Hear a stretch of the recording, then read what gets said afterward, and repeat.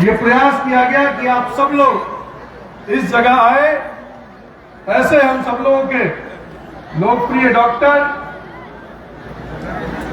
आदरणीय डॉक्टर उमेश सरोज जी और उनकी धर्मपत्नी श्रीमती पूनम सरोज जी, सबसे पहले तो मैं आप सब लोगों का अपनी तरफ से स्वागत करता हूं। और मंच पर बैठे हमारे सभी सम्मानित, हमारे समाज के सभी नेतागण, आदरणीय विधायकगण और इस कार्यक्रम में उपस्थित सभी सम्मानित साथियों, मैं जानता हूं बारिश होने वाला, लेकिन मैं आप सबसे चाहूंगा कि 5 मिनट जो जहां है वहीं खड़ा रहे। 5 मिनट बस समय लेंगे। साथियों, ये हमारा सौभाग्य है कि आज आप सब लोग इस आजमगढ़ की धरती पर आप सब लोगों ने मेरा मान सम्मान रखा। इसके लिए मैं आप सबके चरणों में प्रणाम करते हुए आपका अभिनंदन करना चाहता हूं। साथियों, आप जानते हैं इस बात को कि पासी का मतलब क्या होता है। पासी का तो लोग यही समझते हैं कि पासी अगर जो कोई नाम लेता है तो पहले जमाने में लोग यही कहते थे कि वो अपराधी होगा, यही कहते थे। पासी जब नाम शब्द ही आता था तो उसके बारे में एक होलिया बनाया जाता था कि बहुत तेज तर्रार व्यक्ति होगा, बहुत लड़ाकू व्यक्ति होगा।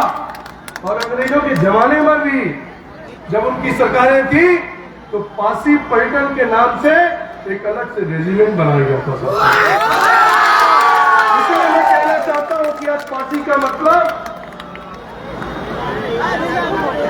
का मतलब मजबूत कलाई। और देखिए पानी भी आ गया, राजेंद्र देव भगवान भी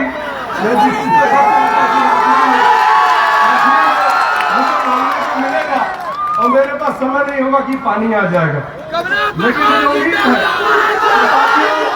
आज हम लोग यहाँ पर संख्यानाद करने के लिए जो पासी समाज की धरती, जो आजमगढ़ की धरती पर हम लोगों ने शुरुआत किया है, मैं आज संकल्प लेके जाता हूं कि पूरे प्रदेश में हर जिले में इसी तरह जाकर साथियों को जागरूक करने का काम करूंगा। साथियों, अच्छी बात कही है और सबने बहुत अच्छी बात कही है साथियों कि आज पूरे प्रदेश में जो राजनीतिक माहौल बना हुआ है उसमें मैं आप सबसे इसीलिए मैं आपके बीच में आया हूं कि इस चीज को हम कैसे कैश कर सकते हैं। अब देख रहे होंगे और जब जाति धर्म के लोग अपनी जात के नाम पर राजनीति कर रहे हैं, लेकिन पासी समाज की जब बात आती है तो हमारी पासी समाज कहीं संगठित नहीं है। जहां जो लड़ता है उसके साथ खड़ा रहता है, लेकिन जब हमारे ऊपर अत्याचार होता है तो लोग गायब हो जाते हैं। वो समस्या तब उत्पन्न होती है। मैं आज के विषय को अपने स्वर्गीय पिता स्वर्गीय ओम प्रकाश पासवान को याद करना चाहता हूं, उनको नमन करना चाहता हूं, उनको श्रद्धांजलि देना चाहता हूं कि बड़े अल्प अवधि में, बहुत कम समय में पूरे पूर्वांचल में आदरणीय पासवान जी ने एक गरीबों का मसीहा उभरे हुए और क्यों उभरे हुए थे? पूरे प्रदेश से, पूरे पूर्वांचल से अगर तो कोई व्यक्ति उनके पास जाता था तो कभी ये नहीं ध्यान देते थे वो किस समुदाय का, वो हमेशा उसकी मदद करने का काम किए। और उसी का नतीजा रहा कि मेरे स्वर्गीय पिता स्वर्गीय ओम प्रकाश पासवान पूरे राजनीतिक परिवेश में, पूरे उत्तर प्रदेश में बहुत कम लोग ऐसे होंगे जब उस समय, जब टेलीविजन नहीं था, सोशल मीडिया नहीं था, उस समय मालीराम से 6-6 बार विधायक जनरल सीट से हुआ करते थे। आज एक व्यक्ति अगर जनरल सीट से कोई जीत गया तो पूरे प्रदेश में मीडिया दिखा रही है, लेकिन मैं भी एक जनरल सीट से मालीराम से विधायक रहा था। जब मैं मंत्री बना, मैं आज इस अवसर पर अपने नेता और देश के यशस्वी प्रधानमंत्री नरेंद्र भाई मोदी जी को जरूर याद करना चाहूंगा। अपनी तरफ से, अपने पास समाज के एक नागरिक की तरफ से उनका अभिनंदन करना चाहूंगा। उन्होंने मुझे उस लायक समझा और अपने कैबिनेट को उन्होंने जगह दिया था।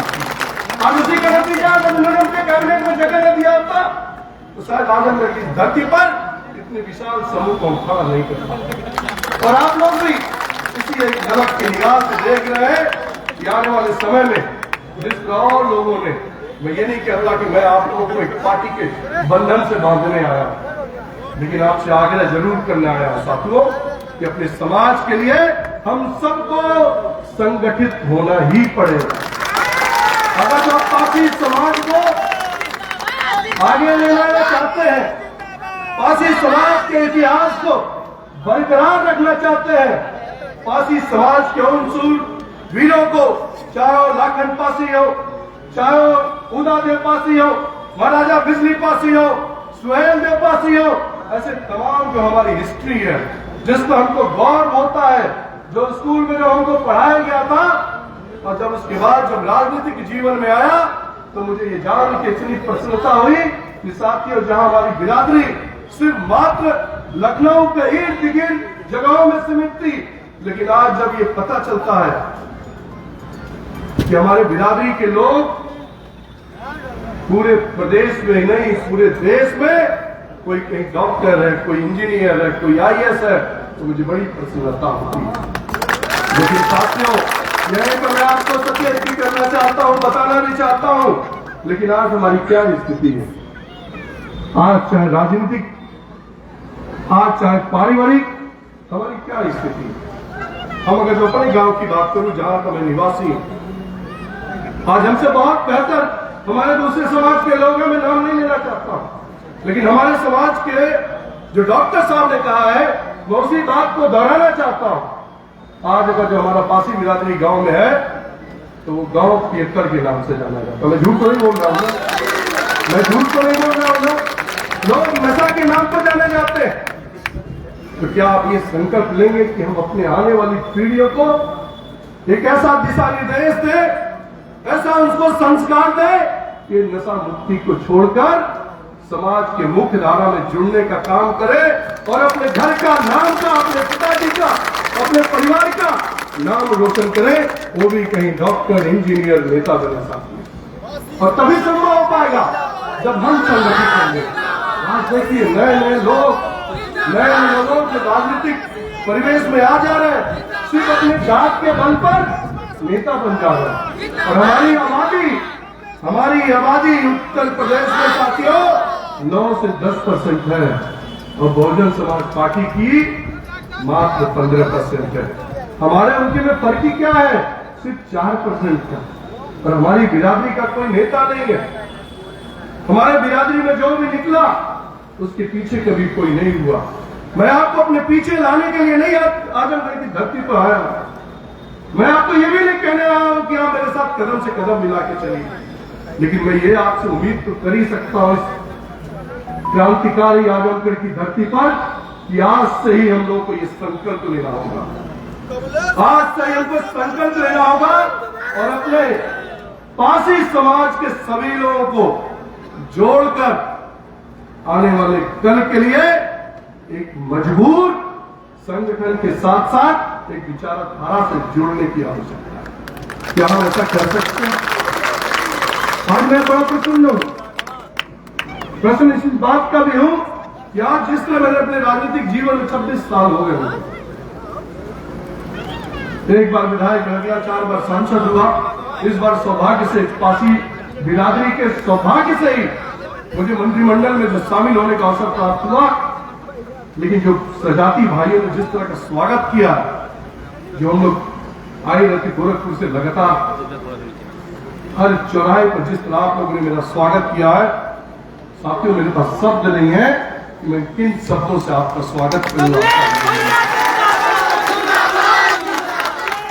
चला तो मैं यही सोचता था कि स्वर्गीय पिता स्वर्गीय ओम प्रकाश पासवान जी ने यही सपना देखा था कि हम पूरे पूर्वांचल में दौड़कर लोगों के सुख दुख को अपना सुख दुख समझकर हम अपने समाज को संगठित करेंगे। लेकिन क्या हुआ? हमारे समाज में जब जब कोई व्यक्ति एक शिखर पर पहुंचता है तो राजनीति की वो गंदी चाल या तो उसको वही रोक देती है या तो उसको मौत की घाट उतार देती है। मैंने इस चीज को झेला है, समझा है।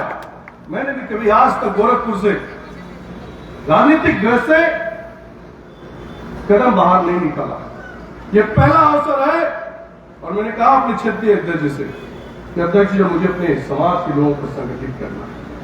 हर जिले में जाऊंगा, हर जिले में जाकर लोगों से रूबरू होऊंगा, उनसे कहूंगा कि आप देखिए अगर जो दूसरे दल के अगर जो 4 सांसद हो जाते हैं तो पूरी देश की मीडिया कैसे उसको प्रोपेगेंडा करती है, लेकिन अगर जो सन 2019 की बात करेंगे तो हमारे ही पार्टी में हमारे साथ 5 सांसद पास ही थे साथियों। आज मैं जानता हूं पूरे उत्तर प्रदेश में करीब 8 सांसद है, 28 से 30 विधायक उत्तर प्रदेश में पासी समाज के हैं, लेकिन सब बदुआ मजदूर है साथियों, सब बदुआ मजदूर। हमें अपनी ताकत को दिखाना पड़ेगा। पहले होता था ना कि राजा रानी के पेट से ही पैदा होता था, लेकिन अब राजा रानी के पेट से पैदा नहीं होता है, अब राजा बैलेट बॉक्स से निकलता, अब तो ईवीएम से निकलता, अब तो राजा ईवीएम से पैदा होता है। अगर जो हमें अपने समाज को संगठित करना है, अपने सूरवीरों राजा महाराजाओं के इतिहास को धरोहर को अगर संरक्षित रखना है तो हमें राजनीतिक रूप से मजबूत होने की आवश्यकता है। और जब तक हम राजनीतिक मजबूत नहीं होंगे तब तक हमारे वोट को इसी तरह कभी कमलेश पासवान आएंगे, कभी फलाने आएंगे, कभी ढिकाने आएंगे, आपके वोट को लेंगे और 5 साल में एक ही बार चर्चा करेंगे। ये चर्चा का विषय साथियों, मैंने कहा कि मेरा 11 जिला है आदरणीय अध्यक्ष जी के नेतृत्व में, और मैंने कहा अध्यक्ष जी आपके नेतृत्व में मुझे अपने समाज के लोगों को संगठित करना, तो उन्होंने कहा मेरा पूरा सहयोग आपके साथ है। और इसलिए मैंने उत्साहित भी हुआ, और जिस तरह से सुनील पासवान और डॉक्टर उमेश सरोज जी ने और उनकी पूरी टीम ने इस कार्यक्रम को सफल बनाने के लिए प्रयास किया है साथियों, वो काबिल तारीफ।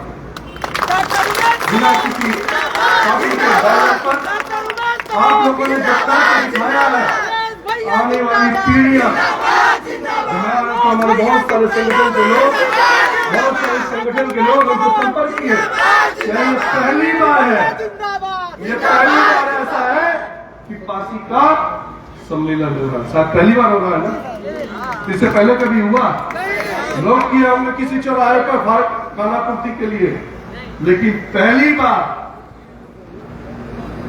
क्योंकि आजमगढ़ थोड़ा दूर है गोरखपुर से। पहले हमारे लोगों ने कहा कि आप गोरखपुर से चालू किए, नहीं, मैंने कहा कि मैं सबसे कठिन जगह से चालू करूंगा, जहां से एक राजनीतिक, जहां से एक दिशा जाए, जहां पर पूरे प्रदेश में लोगों को यह एहसास हो कि हमारी पासी बिरादरी अब खड़ी होने जा रही है, वो सचेत हो रही है, इसके बाद तो आप के रूप में नहीं देखा जाएगा। और साथियों, जब तक हम संगठित नहीं होंगे तब तक प्रदेश सरकार चाहे केंद्र सरकार भी हम लोगों की मांगों का ध्यान नहीं देगी। अभी कुछ दिन पहले मैं आदरणीय प्रधानमंत्री मोदी जी से मिला, मैं अपने समाज के बारे में बहुत सारी बातें किया और महाराजा बिजली पासी का मैंने चित्र उनको भेंट किया। महाराजा बिजली पासी का फोटो देखकर आदरणीय प्रधानमंत्री जी अभिभूत हुए, उनके बारे में मुझसे पूछने लगे। और सौभाग्य देखिए साथियों, मेरे मिलने के ठीक 10 दिन बाद अमेठी जिला में नफरगढ़ में महाराजा बिजली पासी के नाम से लोकेशन कर दिया और मैंने मांग किया, और मैं इसके लिए आदरणीय प्रधानमंत्री मोदी जी को, रेल मंत्रालय को और भारतीय जनता पार्टी के उन सभी नेताओं को अभिनंदन करना चाहता हूं जिन लोगों ने मेरी बात को माना। और साथियों, मैंने दूसरी मांग किया आदरणीय प्रधानमंत्री मोदी जी से और रेल मंत्रालय से कि लखनऊ क्या है, लखनऊ तो लाखन पासी ने ही तो बसाया। अगर आप लोगों ने इतिहास पढ़ा होगा तो आप लोगों ने देखा होगा गजेट ईयर 1959 में उस इतिहास में जो राइटर था क्रुप, उसने लिखा हुआ है कि इस लखनऊ को बसाने वाला लाखन पासी था। क्या लाखन पासी के नाम से लखनऊ का रेलवे स्टेशन नहीं हो सकता है? बिल्कुल हो सकता है, वो तभी हो सकता है।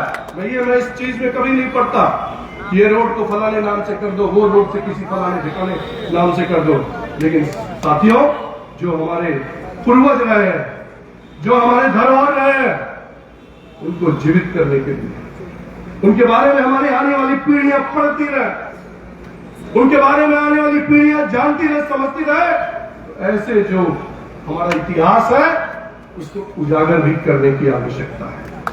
और वो उजागर तभी होगा जब आप लोग जिस तरह आज आजमगढ़ में संगठित हुए हैं, जिस तरह आप सब लोग करीब 20 से 30 किलोमीटर के रेडियस में दूर दूर से आकर इस कार्यक्रम को सफल बनाने का काम किया, वो तभी हो पाएगा जब इसी तरह हम सब लोग आने वाले समय में संगठित होंगे। साथियों, मैं बहुत लंबी बात नहीं करना चाहता हूं, आप सब लोग को बहुत दूर तक जाना और कार्यक्रम भी करीब 3 घंटे विलंब हो गया। मैंने बहुत तैयारी की थी बोलने के लिए, मैं करीब 3-4 किताबें पढ़ा पिछले 10 दिन में तक, और मैं सोचा मैं क्या बोलूं, लेकिन मैं बोल नहीं पाया। मैंने अपने इतिहास, अपने पासी समाज के इतिहास, मैं सोचा था कि मैं अपने इतिहास के बारे में बात करूंगा, लेकिन फिर किसी दूसरे मंच पर बात करूंगा। अब ये तो निरंतर, अब ये तो सिलसिला चालू रहेगा। हर महीने मैं एक जिले को पकड़ूंगा और एक जिले में जाकर अपने समाज के लोगों को संगठित करने का काम करूंगा। और चुनाव के दृष्टिकोण से नहीं, और अब देखिए गांव में जाइए तो लोग क्या लिखे थे, खबरदार इस गांव में फला एरिया चालू हो जाता है, पढ़ते हैं, फला एरिया चालू हो जाता है, ये फलाने का एरिया। अरे कोई जंगल है कि फलाने का एरिया, फलाने का इलाका? और देखना हो तो उत्तर प्रदेश में किसी को इतिहास देखना है तो पासियों का इतिहास देखिए। अगर जो आप पढ़ेंगे, मैं तो आपसे आज कह के ये जा रहा हूं कि आप जाकर अपने सूरवीरों के, अपने पराक्रमी जो राजा महाराजा हमारे रहे हैं, उनके बारे में आप जरूर पढ़िए। क्यों? मैं जानता हूं हमारी जो पीढ़ी वो पढ़ती नहीं है, वो पैग लड़ाती है। इस बात को मैं जानता हूं, और मैं हर मंच पे इस बात को, हमेशा इस चीज को मैं कहना चाहता हूं, हमें इससे बचना होगा साथियों। आज हमारे जो दूसरे बिरादरी के लोग हैं वो क्यों हमसे आगे बढ़ते जा रहे हैं? क्योंकि उन्होंने पढ़ाई में ध्यान दिया। अब बिहार में देखिए पासवानों को, हम लोग चूंकि पासवान नहीं, हम लोग तो पासी हैं, मीडिया ने हम लोग को पासवान बना दिया, लेकिन आप बिहार में देखिए वो क्यों आगे है। आज दिल्ली में चले जाइए, आप महाराष्ट्र में चले जाइए, उनके लोग आर्थिक भी मजबूत है, शारीरिक भी मजबूत है, और उनके घर में कोई ना कोई एक व्यक्ति नौकरी भी करता है। वो तभी है जब वो त्याग कर रहे हैं, वो पढ़ रहे हैं, लिख रहे हैं, तभी वो हमसे आगे है। तो हमें अपने साथियों, हमें भी अपने लोगों को ये बताने की आवश्यकता है कि हमें अगर जो लड़ाई लड़नी है, अगर जो हमें अपना अधिकार पाना है, अगर जो हमें लगता है कि हमारे भी जितने समाज के लोग हैं वो भी पूरे प्रदेश में नहीं पूरे देश में जाने जाए, तो तभी संभव हो पाएगा जब हम अपने लिए अपना हक मांगेंगे। मैं आज की अवसर से एक बार पुनः मंच पर बैठे सभी सम्मानित अपने, क्योंकि मैं बारिश के डर से मैंने किसी का नाम नहीं लिया, इसलिए मैं नाम नहीं लूंगा तो बहुत समय लगेगा। सबका नाम माननीय संचालक महोदय ने मुझे दिया है।